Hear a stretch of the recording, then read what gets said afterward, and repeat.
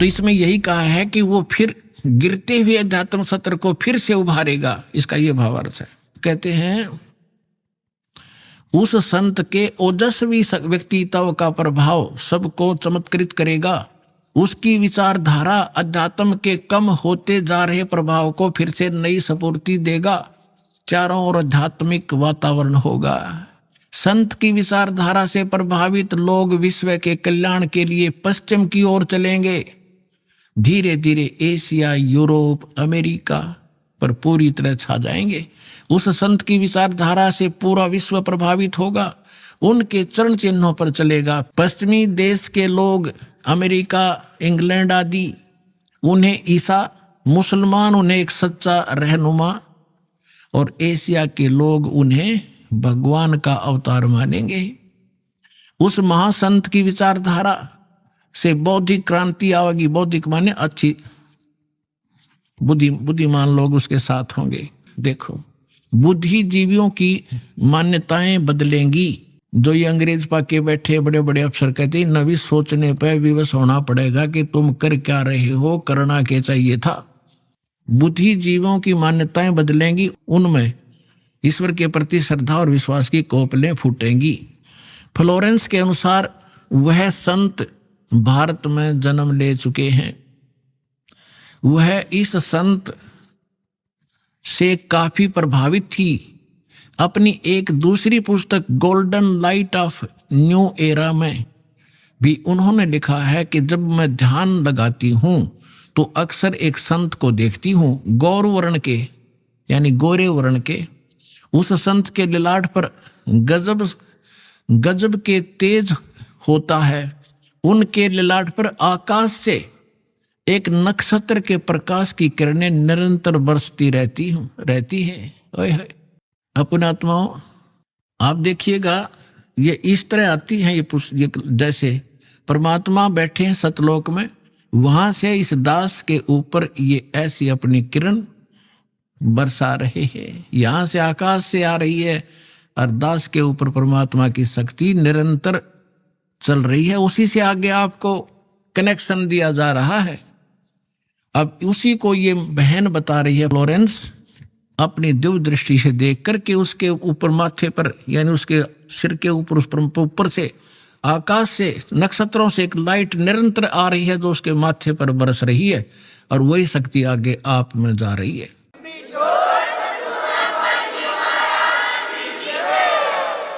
जब मैं ध्यान लगाती हूं तो अक्सर उस एक संत को देखती हूं गौर वर्ण के। अब देखो यहां थोड़ा सा लिखना भूल गया, फिर इन भक्तों ने अपना ने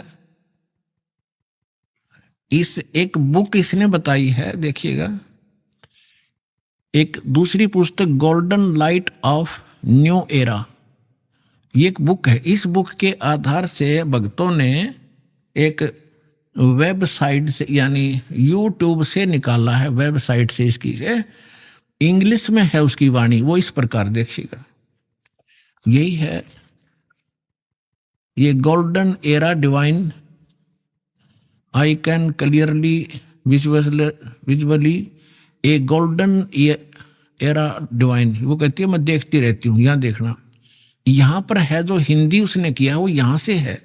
when I enter great flights of meditation I visualize, मैं देखती हूँ। ये क्या कहती है बहन कि जब मैं ध्यान की गहन ऊंचाइयों को छूती हूँ, यानी जब मैं ऊपर उड़ती हूँ ध्यान से, तो मैं क्या देखती हूँ, देखिएगा।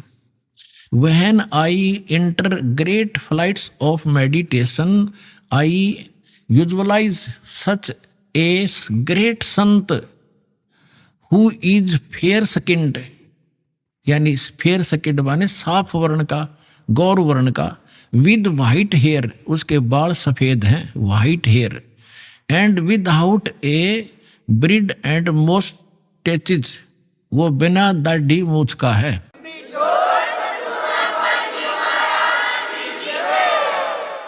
और उसके सफेद बाल हैं। दास की इस एज को वो उस समय देख रही थी कि उस समय वो ढूंढा ठावेगा। अब उसी का अंश इसने यहाँ थोड़ा सा कम अनुवाद कर पाया, ये भूल गया होगा।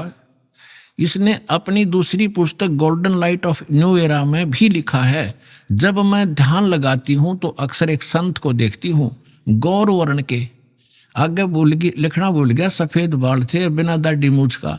अब दरअसल क्या है कि ये कोई पत्रकार ने उस वाणी को, उसकी बोली हुई को अपने ढंग से चित्रार्थ किया है। तो इन लोगों का दृष्टिकोण था किसी और संत पे कि वो हो सकता है। इसमें लिख रखा है कि वो श्री राम शर्मा होगा। इस अंग्रेजी वाले ने आगे चल के दो, जैसे गीता मूल तो सही है, मूल पाठ गीता का अनुवादकर्ताओं ने अपने हिसाब से श्री कृष्ण का ऊपर बना रखी थी, श्री कृष्ण बोल रहा है गीता। तो ये लोग ऐसे यहाँ ये जान के छोड़ गया कि वो सफेद बाल होंगे और बिना दाढ़ी मूछ वाला होगा, इसलिए यहाँ छोड़ गया। इसमें इंग्लिश वाली में उसकी में साफ लिखा है, वो उसकी अपनी बोली हुई भविष्यवाणी है अपनी भाषा में। यहाँ देखिएगा, जब मैं ध्यान की लगाती हूं तो अक्सर एक संत को देखती हूँ गौर वर्ण के, उस संत के ललाट पर गजब के तेज होता है, उनके माथे पर ललाट पर आकाश से एक नक्षत्र के प्रकाश की किरणें निरंतर बरसती रहती हैं। मैं देखती हूं कि वह संत अपनी कल्याणकारी विचारधारा तथा अपने सच्चरित्र प्रबल अनुयायियों की शक्ति से पूर्ण विश्व में नए ज्ञान का प्रकाश फैलाएगा। आप देख रहे हो, बंदी छोड़ के बच्चे कहाँ जा करके विशाखापट्टनम तक दूर दूर जा करके आज प्रचार कर रहे हैं परमात्मा के ज्ञान का।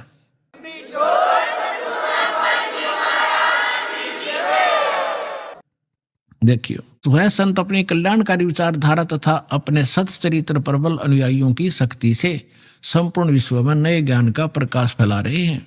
वह संत अपनी शक्ति निरंतर बढ़ा रहे हैं। उनमें इतनी शक्ति है कि वह प्राकृतिक परिवर्तन भी कर सकते हैं।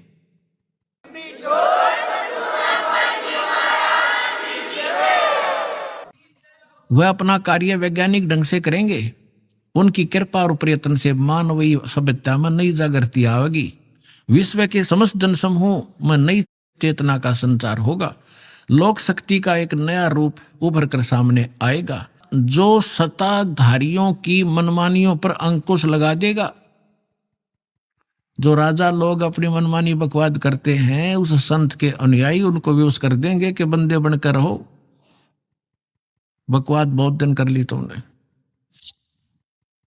देखिएगा, विश्व के समस्त जनसमूह में नई चेतना का संचार होगा। लोक शक्ति का एक नया रूप उभर कर सामने आएगा और जो सत्ताधारियों की मनमानियों पर अंकुश लगा देगा।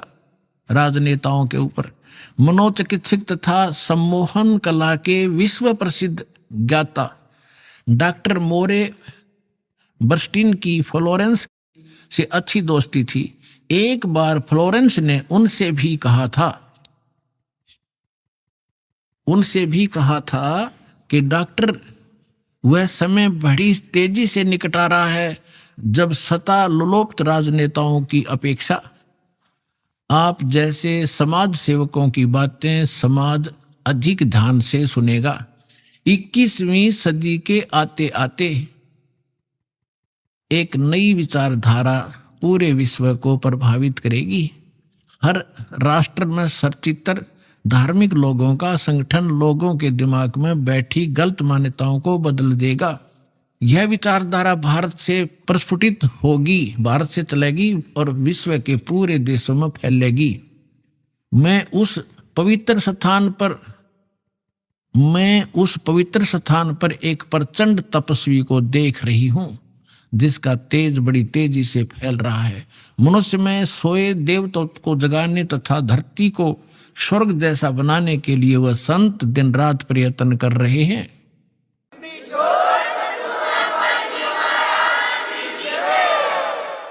एक पत्रकार ने 1964 में फ्लोरेंस से पूछा था कि क्या वह दुनिया का भविष्य बता सकती है। फ्लोरेंस ने इसके बाद जवाब में कहा था 1980 में ये होगा, 1990 में ये होगा, सारा कुछ बताया था। ठीक, आगे क्या बताया है कि तीसरा विश्व युद्ध के शुरू होने तक भारत के शासन की बागडोर, ये कहते हैं कि विश्व युद्ध का आतंक सबके दिमाग में बैठ जाएगा और भारतीय राजनेता अपने प्रभाव और बुद्धि से तीसरे विश्व युद्ध को टालने में सफल हो जाएंगे। तीसरे विश्व युद्ध के शुरू होने तक भारत के शासन की बागडोर आध्यात्मिक वृत्ति के लोगों के हाथ में होगी, इसलिए उनके प्रभाव से विश्व युद्ध टलेगा। वे शासक एक महान संत के ओजस्वी तथा क्रांतिकारी विचारधारा से प्रभावित होंगे। वे उस संत के प्रति उसी तरह समर्पित होंगे जैसे वाशिंगटन स्वतंत्रता एवं मानवता के प्रति समर्पित थे। न्यूजर्सी की रहने वाली, न्यूजर्सी कोई शहर है अमेरिका में, न्यूजर्सी की रहने वाली फ्लोरेंस सचमुच एक विलक्षण महिला थी। एक बार नोबेल नामक एक व्यक्ति ने, इसने ये बताना चाहा, पत्रकार ने दिखाना चाहा है कि एक पत्रकार था अमेरिका का और वो इसका इंटरव्यू ले रहा था और वो इंटरव्यू टीवी पर चला रखा था डायरेक्ट लाइव। तो ये पूछ रहा कि आप एक संत के बारे में तो बहुत बता रही हो, लेकिन मेरे बारे में बताओ कुछ। जो प्रकरण इतना ही है इसमें ना पढ़ के मैं वैसे बता दूं, जल्दी निमट जाएगी बात। तो फ्लोरेंस ने कहा कि तेरे विषय बताऊं।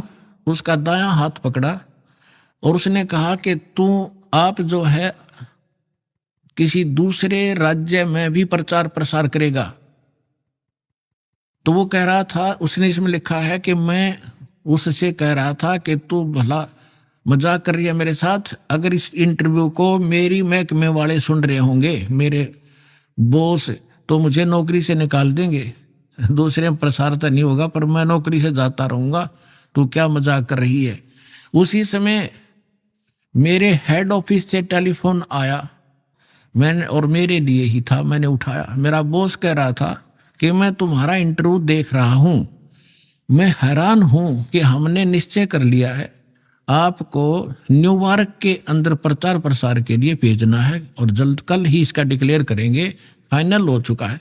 मैं हैरान हूं, तुम्हारा इंटरव्यू मैं सुन रहा हूं कि फ्लोरेंस को कैसे पता चला और आप जल्दी आ जाइए, आपको वहां भेज रहे।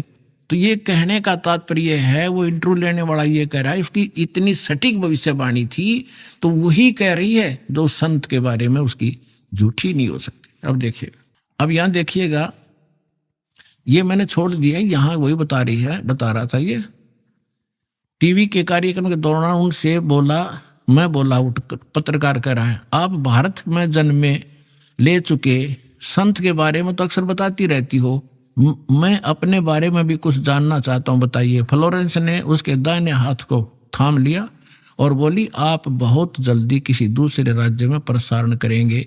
नोबेल ने एक प्रसारण सेवा के, वो एक कर्मचारी थे उस प्रसारण सेवा के, इस बात पर हंसने लगे। उससे अच्छा मजाक किया, यदि हमारी कंपनी के अधिकारी इस कार्यक्रम को देख रहे होंगे तो दूसरे राज्य में तो जाऊंगा या नहीं, फिलहाल अपनी कंपनी से तुरंत निकाल दिया जाऊंगा।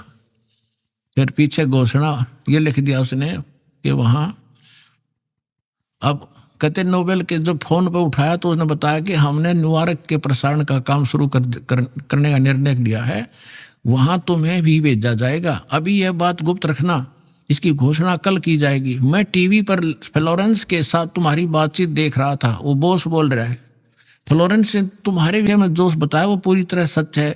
आश्चर्य है कि यह बात कैसे मालूम होगी। नोबेल फ्लोरेंस का चेहरा देखता रह गया। अब उस लड़की ने ये सटीक भविष्यवाणी ये सिद्ध की इसने, और उसी ने उस संत के बारे में की। आगे फिर देखना, उस कुछ पत्रकारों ने उनसे एक बार पूछा था कि वे भविष्य को कैसे देख लेती है तथा गायब व्यक्ति या वस्तुओं का पता कैसे लगा लेती हैं। तो फ्लोरेंस ने बताया, मुझे स्वयं नहीं मालूम कि यह कैसे संभव हो जाता है। मैं भविष्य के विषय में एक बहुत महत्वपूर्ण बात बता रही हूं। बार बार कहा करती हुआ कि 20वीं सदी के अंत में भारतवर्ष में 1997 के आसपास एक प्रकाश निकलेगा। वह प्रकाश पूरी दुनिया को उन दैवी शक्तियों के विषय में जानकारी देगा जो अब तक हम सभी के लिए रहस्य में बनी हुई थी। एक दिव्य महापुरुष द्वारा यह प्रकाश पूरे विश्व में फैलेगा। वह सभी को सतमार्ग पर चलने की प्रेरणा देगा। समस्त दुनिया में एक नई सोच की ज्योति फैलेगी जब मैं ध्यान अवस्था में होती हूं तो अक्सर यह दिव्य महापुरुष मुझे दिखाई देते हैं। फ्लोरेंस ने एक बार कहा, इस संत या दिव्य महापुरुष का जिक्र किया है, साथ ही यह भी बताया है कि उत्तरी भारत के एक पवित्र स्थान पर वह मौजूद है, बरवाला में।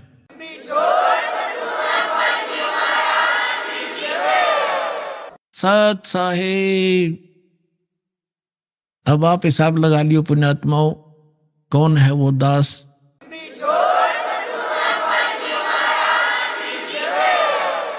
परम पिता परमात्मा पूर्ण ब्रह्म सारी सृष्टि के रचनहार कबीर परमेश्वर जी की असीम रजा से आप सभी पुण्यात्माएं परमात्मा की महिमा सुनने के लिए उपस्थित हुए हो। जब तक ये प्राणी सत्संग में नहीं आता तब तक इसको मनुष्य जीवन के लक्ष्य का ज्ञान नहीं होता। उससे पहले जैसे भी माहौल के अंदर वो पला है, जैसी भी क्रियाएं उसने देखी और सुनी है, जो भी ज्ञान उसको ग्रहण है, उसी को अंतिम मानकर और निश्चिंत होकर के अपने जीवन सफर पर चल रहा होता है। क्योंकि आसपास के क्षेत्र में वही क्रियाएं होती हैं, वही ज्ञान होता है और वही सब भक्ति मार्ग होता है, जिस कारण से उस व्यक्ति को, उस प्राणी को कोई संदेह नहीं होता, शंका नहीं होती कि जो क्रिया और जो साधना, जो परंपरा, जो रीति रिवाज में कर रहा हूं, ये करने की नहीं है। वो यही सोचकर कर रहा होता है कि सभी कर रहे हैं तो ये सारी ठीक होंगी। कोई बकरीद मनाता है या कोई देवी पर बलि चढ़ाता है तो सभी अपनी क्रियाओं को सही मान रहे होते। तो इसलिए सत्संग की आवश्यकता होती है। सत्संग के अंदर परमात्मा का विधान बताया जाता है। परमात्मा के विधान को तोड़ने वालों को होने वाली हानि से अवगत कराया जाता है, परिचित कराया जाता है। और जो मर्यादा में रहकर साधना करते हैं उनको क्या बेनिफिट होगा वो भी बताया जाता है।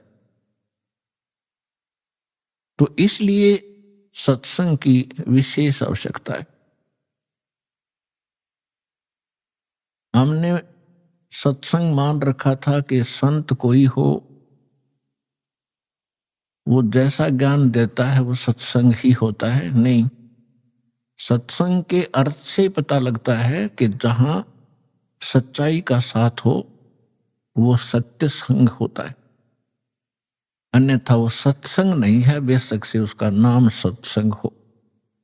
तो वर्तमान के अंदर आज तक उन महापुरुषों को छोड़कर जिनको भगवान मिले, उनकी अमृतवाणी के अंदर सत्संग है। यह स्वयं परमेश्वर ने आके जो ज्ञान दिया वो सत्संग है। हमारे सदग्रंथों के अंदर सत्संग है। और उन सदग्रंथों से हटकर उन महापुरुषों की वाणी से भिन्न कोई ज्ञान देता है, सत्संग करता है, वो डुप्लीकेट है। और डुप्लीकेट से आप खूब परिचित हैं। कोई डुप्लीकेट पासपोर्ट बनाता है, उस समय तो वो बिल्कुल ठीक लगता है आपको क्योंकि ज्ञान नहीं। और जिस समय उस पासपोर्ट की आवश्यकता पड़ेगी वहां पता चलेगा तो उस समय वो यूजलेस होगा, आपका सारा जीवन व्यर्थ हो चुका होगा।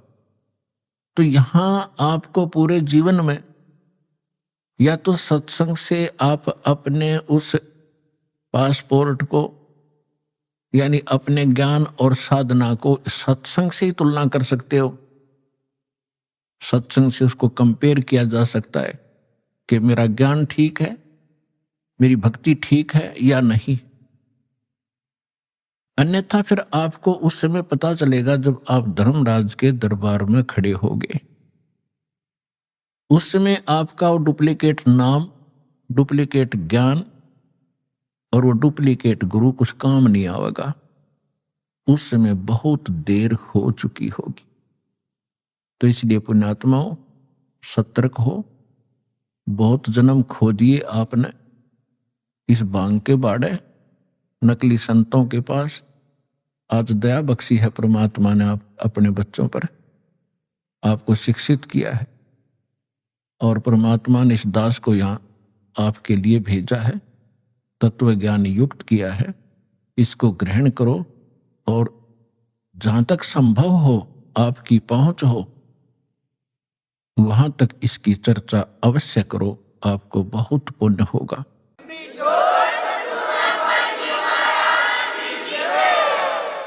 जिस प्रकार जंगल में भटके हुए व्यक्ति को और कोई हाथ पकड़कर सही मार्ग पर लाकर खड़ा कर दे, कितना बड़ा उपकार होता है। इतना ही उपकार आपको होगा उन भटके हुए प्राणियों को जो काल के दूतों में फंसकर अपना जीवन नाश कर रहे हैं। उनको लाकर के बरवाला में दीक्षा दिला देने से आपको बहुत पुण्य होगा। जैसे परमात्मा ने यहां तक कहा है कि 1000 गऊ हत्ते में कोई काट रहा हो कसाई, और उनसे छुटवाकर उनको बाहर अच्छी चरागाह में छोड़ दिया जाए, तो इतना पुण्य उस प्राणी को होगा जो एक जीव को काल के खेमे से निकाल के और सतलोक आश्रम में जोड़ देगा। ये सत्कर मान लेना।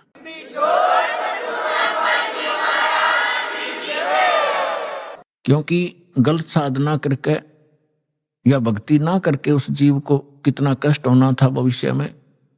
करोड़ों जीवन वो कुत्ते के भोगता, करोड़ों जीवन वो गधे के भोगता, लाखों जीवन वो कुत्ते कहीं पर और अन्य प्राणियों के भटकता, और फिर यहां आने के बाद उसका वो सारा झंझट समाप्त हो जाता। क्योंकि सतलोक आश्रम में सत्संग है और सतगुरु है। इन दोनों की आवश्यकता जीव को होती है। आपका सौभाग्य है कि आपको अब वो मनुष्य जीवन भी है, सत्संग और सतगुरु दोनों उपलब्ध है। अब विलंब ना करना, सबको समझाओ, आपका परम कर्तव्य बनता है। हम भी ऐसे भटक रहे थे, धक्के खा रहे थे, मनु अब पता चल रहा है पिछले जीवन में हमने क्या खट्या, कैसा जीवन नाश कर रहे थे, और खुश हो रहे थे क्योंकि कोई ये कहने वाला नहीं था कि तेरी दिशा गलत है, तेरा मार्ग गलत है, आप गलत जा रहे हो। कोई टोकने वाला नहीं था। तो तभी तो हमें सतर्क होना पड़ता है। कोई ये कहे तो इधर गलत जा रहे हो, तो विचार करना पड़ता बुद्धिमान व्यक्ति को, इसने कैसे कहा ये। तो विचार करेगा तो फिर वो उसको मार्ग को त्यागे भीगा। तो सत्संग में आने से क्या लाभ होता है? सतगुरु के उपदेश का लाया एक विचार, जय सतगुरु मिलते नहीं जाते नरक द्वार। नरक द्वार में दूत सब करते खेचातान, उनसे कभू ना छूटता फिर फिरता चारों खानी। चार खानी में भरमता कबहू ना लगता पार, सो फेरा सब मिट गया मेरे सतगुरु के उपकार। 7 समुद्र की मसी करूं, लेखनी करूं बन राय, धरती का कागज करूं गुरु गुण लिखो न जाए। परमेश्वर ने अपनी महिमा बताने के लिए, आपको सही दिशा देने के लिए अधिक उदाहरण अपने ऊपर ही दिए हैं। क्योंकि परमात्मा कहीं खड़े हो जाते थे चौराहे पर और एक इकतारा लेकर के आवाज लगाते थे ताकि लोग इकट्ठे हों। जैसे कोई रीछ नचाने वाला खड़ा होकर डुडुगी बजाने लग जाता है, लोग अट्रैक्ट होते हैं क्या हो रहा है देखें जाकर। तो आपके लिए परमात्मा ऐसे खड़े कर रहा है, ऐसे धाड़े भुगत रहा है, किसी प्रकार तुम्हें बुद्धि आवे। आप कहां पड़े हो, कभी विचार नहीं लगाया आपने। इस झूठे सुख को सुख कह ये मान रहा मनमोद, यू सकल चबीना काल का, कुछ मुख में कुछ गोद। तो खड़े होकर कहा करते परमात्मा, सतगुरु के उपदेश का लाया एक विचार, जय सतगुरु मिलते नहीं, जाते नरक द्वार। तो परमात्मा ने पद भाग का सहारा इसलिए लिया क्योंकि हमारे अंदर एक विकार है, कान का शब्द विषय है हमारे अंदर। तो उस विकार के कारण परमात्मा अट्रैक्ट करते थे। सुरीली आवाज थी दाता की, वाणी में इतना अट्रैक्शन आत्मा को पकड़ के खींच लेता, क्योंकि परमात्मा की वाणी आत्मा के लिए ही होती है। तो वहां समझाया करते थे, अपने अपने आप ही बताते थे। जब वो बार बार न्यू कहा मैं भगवान होता, लोग डले मारने लग जाए थोड़े दिन में, हमारी आदत खराब हो चुकी है। तो उन्होंने कहा कि भाई सतगुरु से उपदेश लेने के बाद अब हिसाब लगाया, उसका विचार किया कि सतगुरु के उपदेश का लाया एक विचार, जय सतगुरु मिलते नहीं। ये नकली गुरु भी हो और साधना भी गलत कर रहे हो, शास्त्र भी गीता का मनमाना आचरण कर रहे हो, उनका भी कोई लाभ नहीं। सतगुरु के उपदेश का लाया एक विचार, और जय सतगुरु मिलते नहीं, जाते नरक द्वार। नरक द्वार में दूत सब करते खेचा तान, उनसे कभू ना छूटते, फिर फिरते चारों खा। जैसे ग्रुप के ग्रुप करोड़ों की संख्या में नकली संतों के पास हैं, ये सारे के सारे मृत्यु के उपरांत नरक में ठोके जाएंगे। और जब नरक में डाले जाते हैं, यम के दूत बहुत संख्या के अंदर हैं, 12 करोड़ की संख्या है उन यम के दूतों की। तो इनको जब आदेश हो जाता है धर्मराज का कि इतने इतने इतने इनको नरक डालो, जिनका अच्छे संस्कार उनको स्वर्ग भेज दिया। यहां तो इतना ही स्वर्ग या नरक 2 स्थान है, और तीसरा फिर 84 लाख योनियों में पुनः पटक दे। तो उनको आदेश दे दिया जाता है कि इन सबको नरक भेज दो। अब पूरे उस ग्रुप को 1 लाख डेली यहां से जाते हैं, उनमें से कुछ स्वर्ग, कुछ 84 लाख योनियों में, और बाकी नरक में। तो भाले लेकर के, लठ लेकर, एक सूक्ष्म शरीर है इसके अंदर, उस सूक्ष्म शरीर के अंदर प्राणी जब तक नेक्स्ट योनि प्राप्त नहीं करता, नेक्स्ट शरीर नहीं प्राप्त करता, तब तक उसका फेस, उसका आकार जो का त्यों रहेगा, एज इट इज, जैसा इस शरीर में।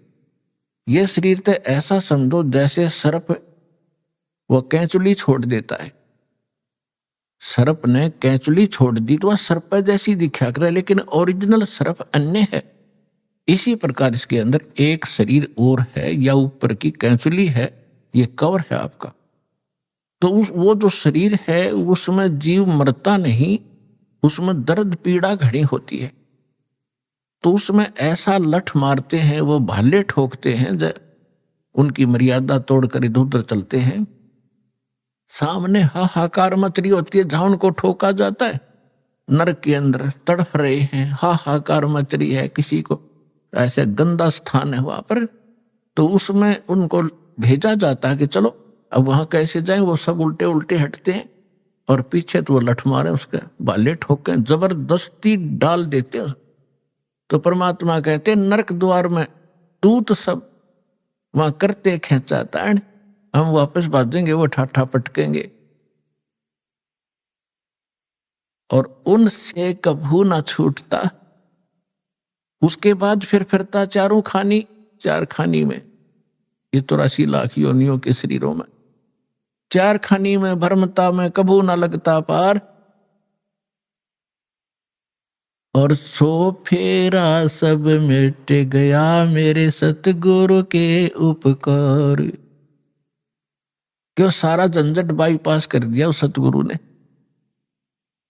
इतने दुख आपकी बला टलेगी इस सच्चे नाम को लेने से, कबीर परमात्मा की शरण में आने से, सतलोक आश्रम बरवाला में आकर दीक्षा ग्रहण कर। फिर परमात्मा कहते हैं ऐसे सतगुरु के फिर गुणगान क्या करूं। आप तो बालक हो, कोई दूसरी कक्षा का, कोई पहली कक्षा का, कोई वैसे सत्संग सुन करने के लिए आया है। लेकिन जब आप इस अध्यात्म ज्ञान से परिचित हो जाओगे, आपकी आंखों से आंसू पड़ा करेंगे।